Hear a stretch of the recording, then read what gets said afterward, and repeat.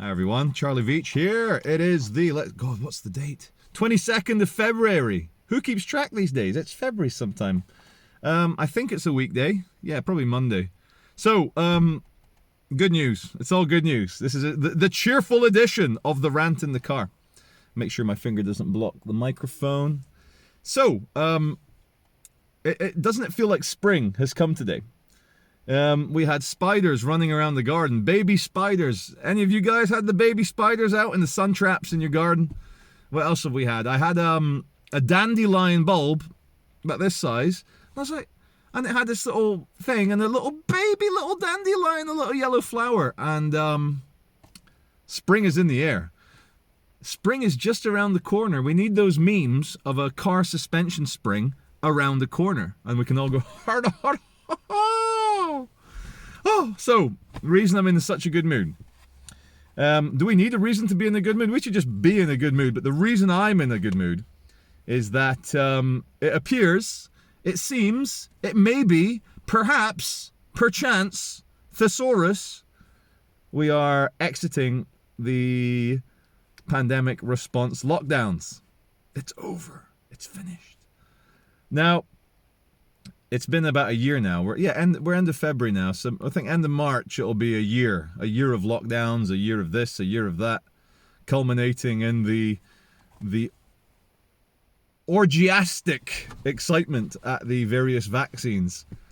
My favorite named vaccine, Sputnik 5, Sputnik V. Those Russians, man, like everything's got like weird names, and like growing up, quick tangent, growing up, I was obsessed with military hardware. You know, maybe slightly autistic young kid. Maybe that gets bandied around too much. No one's autistic apart from the real autistic people. Look, I was just interested in military hardware. And so there was NATO jets, NATO artillery, NATO tanks, NATO assault rifles. And then you had Warsaw Pact, our Soviet bloc, guns and artillery and aircraft.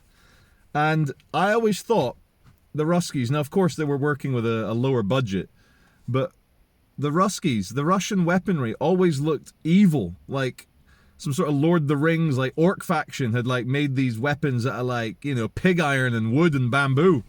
I always thought even the AK-47 looks like some sort of like demented clown homemade version of the M16. And again, all the way up to like, what was it? Oh, God, it takes me right back. Yeah, I thought, wow, the MiG-25, that just looks like a bloody bigger, beefier, scarier looking version of the F-15. But did you know the MiG-25 was designed and paid for and fired up to shoot down the SR-71 Blackbird, which that is a great looking plane. But to me, that's one of the symbols of the 20th century. The Blackbird, undisputed king of the skies. Its little brother, the U-2, got shot down.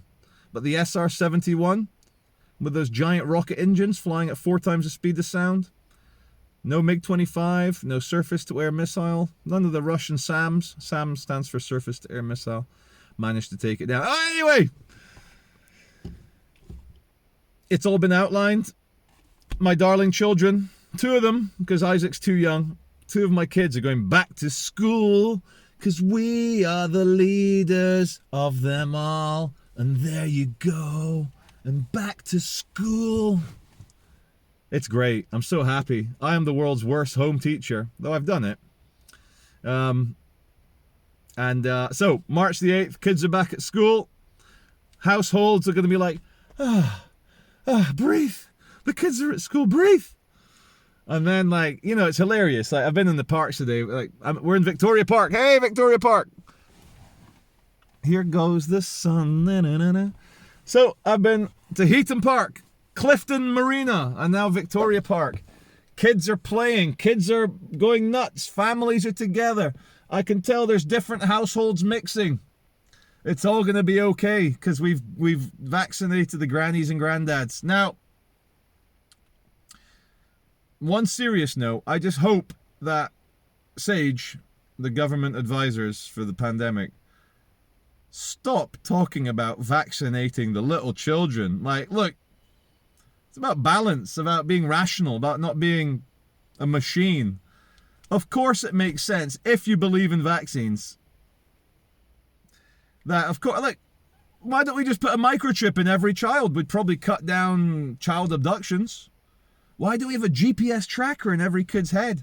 Look, it's about risk. Risk.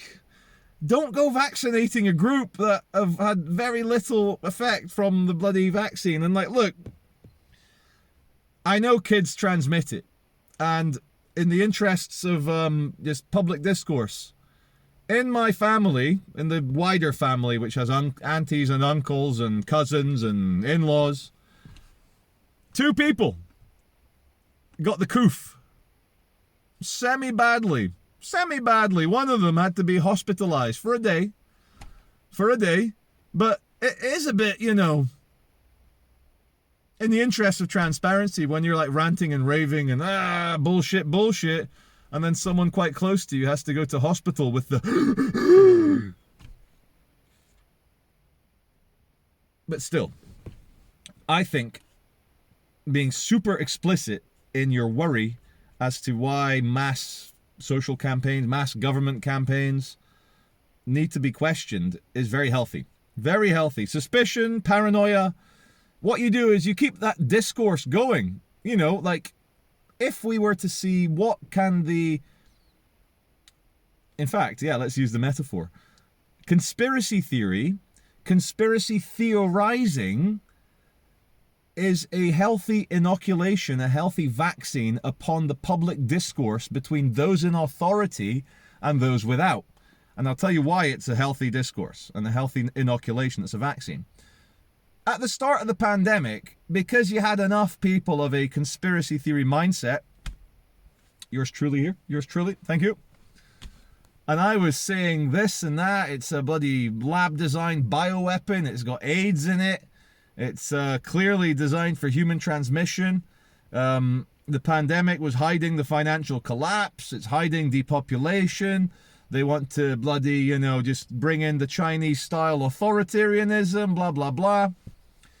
All these things are good to say, because if the government then explicitly does the things that the conspiracy theorists were saying, then it can bring about change quite quickly, because normies, the NPCs, you know, everyday people, let's not be rude, just everyday good people, they are susceptible to a good conspiracy theory. Now, I've been telling everyone who will listen, including on posting on Facebook, not Facebook, I quit Facebook 2 weeks ago, posting on the YouTube stories, posts as if it were Facebook, talking about how all the publications are saying, oh, there is no evidence at all that coronavirus, the COVID-19, affects your fertility. And I was like, well, that's a big claim, brand new vaccine, to say there's no evidence. So I thought, what does this mean? And when I found out what it meant, I got quite, not upset, a bit, you know, just like, we're all jaded, aren't we? We're all jaded. I was just even more jaded. Man who is 100% jaded, who did not think he could be a little bit more jaded, read a BBC article saying there is no evidence that the COVID-19 vaccines affect fertility. I was like, wow, brand new vaccine. There's no, wow. And then I was like, oh, here we go. When the BBC says there is no evidence, it means that no one's done any trials. There's no studies. So there's no evidence. It's like, for example, in 1993, I had to go to Harley Street in London. Many of you know that's the private doctor street in London. Harley Street. Why did I have to go to Harley Street with my family? We had to fly down from Edinburgh to London and get the train in to bloody central London. Saudi Arabia, because my dad was an oil tanker captain and then a harbor pilot for the Saudis for a company called Saudi Aramco. You've probably all heard of Saudi Aramco. It's publicly listed on the New York Stock Exchange. Must be. Can't be the NASDAQ. NASDAQ's technology. So there I was as a pubescent 13-year-old, quite chubby. Had to go to Harley Street for an HIV test. You know, Saudi Arabia in 1993 you know, Saudi Arabia is a very strict religious country. Obviously, in certain Abrahamic faiths, the same-sex relationships or whatever isn't allowed, not allowed.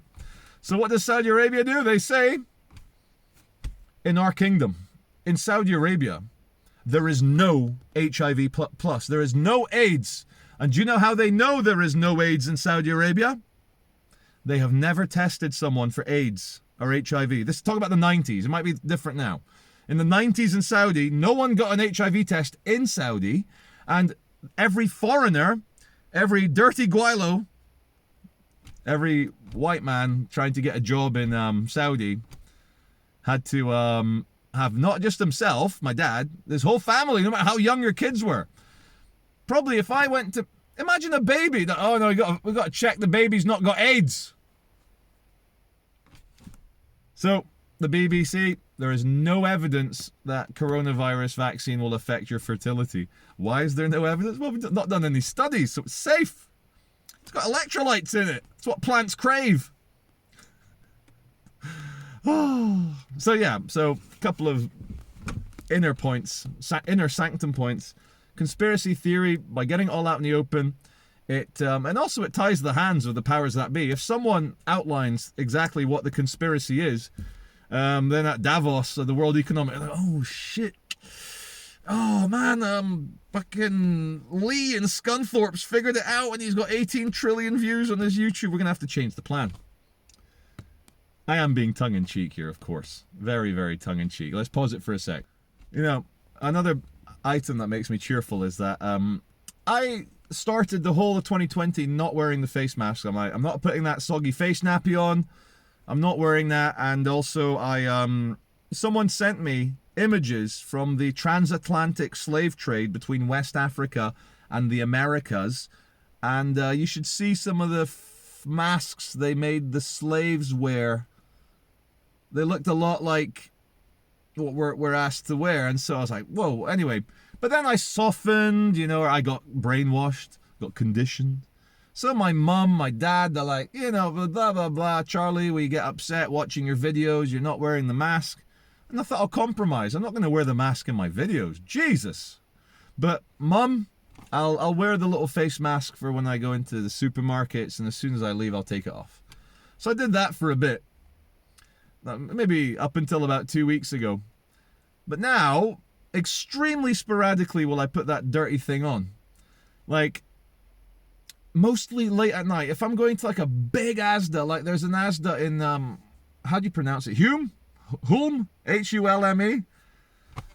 There's a bloody massive Asda down there. And you go in at nighttime, and there's like 10 security guards. Big, massive African guys.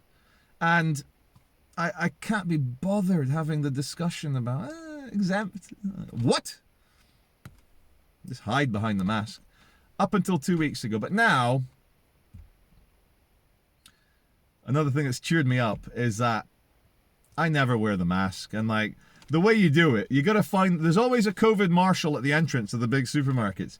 You got to find them and go, oh, I'm exempt, sorry, I'm exempt. And then they're like, yeah. Because look, I've realized watching a lot of these videos of that guy that had the cops threaten on him for refusing to wear the yellow sticker in Morrison's. Oh my God, how the security don't know about the history of yellow Stars of David's. They just don't know. And they're like, mate, why won't you put the yellow star on?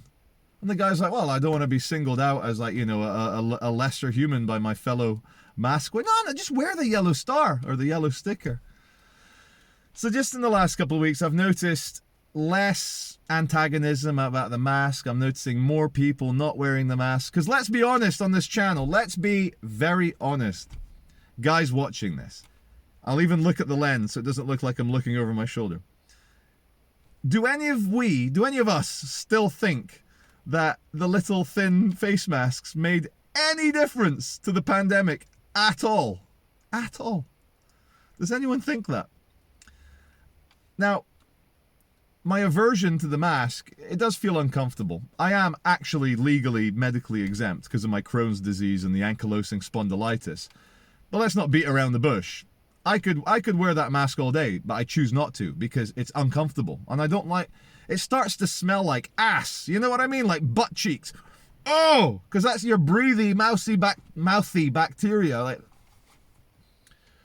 so now a lot of the time the COVID marshals aren't even caring. Like, they're like, oh, whatever, and then go in. It's the end of the year now. It's end of the pandemic. All right, now let's end this on a positive note. I know it's been quite a cheerful, positive video, but let's really end it on a positive note. I think the infinite timeline, the infinite scale, backwards, forwards, left, right, infinite concept, whichever way you want, it can be best described as a self-resolving paradox. There is nothing outside of reality. There's nothing outside the self, and it has to resolve because, how do I describe the paradox? Oh my God. Right. Isness is that which is playing out, and without a viewer of what is would not make sense. So there needs to be a viewer to appreciate that which is, and if there wasn't a viewer, there would never have needed to be any isness anyway. And so it's a paradox. It's a mathematical aberration that is infinite and so powerful, and somehow within that mathematical aberration, that paradox, the ignition of the mind, the ignition of consciousness. I would love to see, you know, like my not ancestors, my what's the word, my descendants. There's antecedents and descendants. Yeah, of course. My descendants, I want them to do a tourist space ride through the universe, and they'll have warp drives by then, even 1 million times the speed of light, yada yada yada. Turns out you have to move the universe around your craft. You don't move the craft, you move the universe around the craft. I want my great to the power of 20 grandchildren to witness the ignition of a star from interstellar dust compressed into a gas giant, maybe 5 times the size of Jupiter. And I want them to get there, and they'll know mathematically how right it is. They'll get there just in time, maybe a couple of days beforehand, settle down. They'll have the viewing screens that'll go dark and just imagine that, guys, you and the ones you love holding hands with whoever you love, watching an object 5 times the size of Jupiter collapse from the pressure and the gravity and ignite into a star. Now that's happened trillions of times throughout our universe. It's happening probably every second as we move. I just hope that one day we get to see that. Now, you know me, there isn't always a strict linear, route from thought A down to thought Z in this video, and I knew I was going to keep it under 20 minutes, but I do enjoy talking to you guys. I enjoy these videos. So again, as always, thank you very much for watching. Keep the faith, keep strong. Remember, like any concept or idea. Oh, one last thing. We'll get it under 20 minutes. I want to do a movie adaptation for Viktor Frankl's Man's Search for Meaning, because I think in the modern age, someone writing so simply, such simple language, but expressing something so profound. Viktor Frankl, Man's Search for Meaning. A couple of more recommendations. Watch the new Adam Curtis documentary, 6 parts. It's like 10 hours. Something like Love on Blood Mountain, or some weird ass name, or whatever it is.